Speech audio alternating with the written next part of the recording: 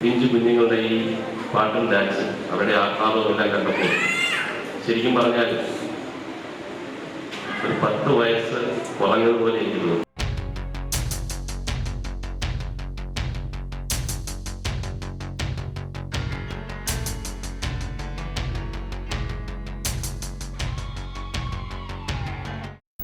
ആദ്യ അധ്യയന ദിനത്തിൽ കുട്ടികൾ ആഘോഷത്തോടെ സ്കൂളുകളിലേക്ക് പോകുമ്പോൾ പഠനം പാതി വഴിയിൽ മുടങ്ങിയ വേദനയിലാണ് 3 കുരുന്നുകൾ. അച്ഛന്റെ ക്രൂരപീഡനം മൂലം അമ്മയോടൊപ്പം വീട് വിട്ടിറങ്ങിയതുകൊണ്ടാണ് ഇവർക്ക് പഠനം ഉപേക്ഷിക്കേണ്ടി വന്നത്. മലമ്പുഴയ്ക്ക് സമീപം വലിയകാട് ഹോളി ഫാമിലി സ്കൂളിലെ വിദ്യാർത്ഥികളാണ് ഈ 3 കുട്ടികളും.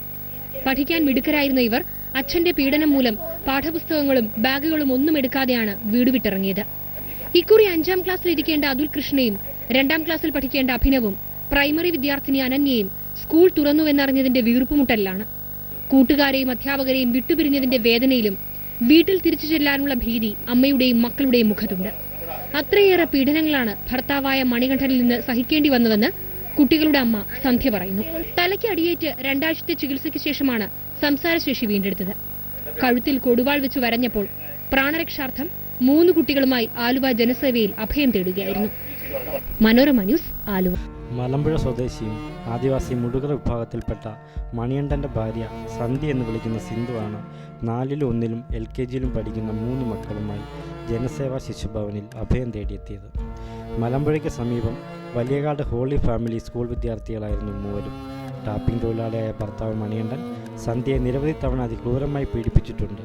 ഒരിക്കൽ ഭർത്താവ് തൻ്റെ കഴുത്തിൽ കൊടുവാൾ വെച്ച് വരഞ്ഞുകൊണ്ട് മുറിവേൽപ്പിക്കുകയും വാവിട്ട് കരഞ്ഞ തന്നെ കൊല്ലുമെന്ന് ഭീഷണിപ്പെടുത്തിയായും സന്ധ്യ പറഞ്ഞു. കഴിഞ്ഞ മാസം ഇഷ്ടി കൊണ്ട് തലക്കടിയേറ്റതിനെ തുടർന്ന് സന്ധ്യയുടെ തലയ്ക്ക് ഗുരുതര ക്ഷതയേൽക്കുകയും ബോധം നഷ്ടപ്പെടുകയുമുണ്ടായി. ഓടിക്കൂടിയ നാട്ടുകാരാണ് അന്ന് സന്ധ്യയെ ആശുപത്രിയിൽ എത്തിച്ചത്. ഇഷ്ടിക കൊണ്ട് തലയ്ക്ക് ഇടിച്ചു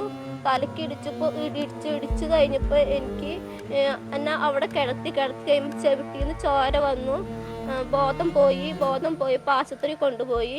പാലക്കാട് ചെന്നപ്പോൾ എടുത്തില്ല. തൃശ്ശൂർ മെഡിക്കൽ കോളേജിൽ എന്നെ കൊണ്ടുപോയത്. അവിടെ ചെന്ന് സ്കാനൊക്കെ ചെയ്തു. തലച്ചോറിൻ്റെ പരിക്കുണ്ട്, ചെവിട്ടിന്ന് ചോര വന്നു. 14 ദിവസം ഞാൻ ആശുപത്രിയിൽ കിടന്നു. ഞാൻ ഇനി പോകണമെന്നില്ല വീട്ടിലേക്ക്. എനിക്ക് പേടിയാണ്, അവിടെ പോയി ജീവിക്കാൻ എനിക്കൊരു പേടിയാണ്. മക്കളെയും കൂട്ടി ഞാൻ ഇവിടെ ഇരിക്കുള്ളൂ പറഞ്ഞ ശിശുവല്ലി പോകാമെന്ന് പറഞ്ഞു.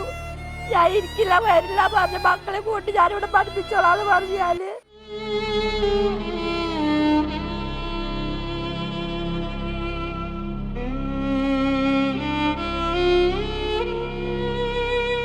ഞാൻ വരില്ല പറഞ്ഞു. ഇപ്പോഴൊക്കെ എന്നെ വിളിക്കുന്നുണ്ട്. ഞാൻ പോവില്ല, ഞാനിവിടെ ഇരിക്കുള്ളൂ.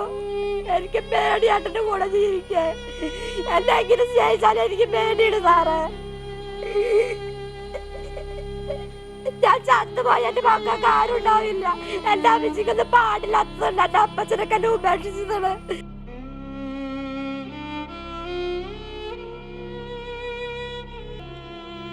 സന്ധ്യയുടെയും മക്കളുടെയും നിസ്സഹായാവസ്ഥ മനസ്സിലാക്കിയ ജനസേവാ ചെയർമാൻ ജോസ് മാവേലി സന്ധ്യയ്ക്ക് വിദഗ്ധ ചികിത്സ ലഭ്യമാക്കുമെന്നും ഭർത്താവിനെതിരെ നിയമ നടപടി സ്വീകരിക്കുന്നതിനുമുള്ള എല്ലാ സഹായവും നൽകുന്നതോടൊപ്പം കുട്ടികളുടെ സംരക്ഷണവും ഏറ്റെടുക്കുമെന്നും അറിയിച്ചു.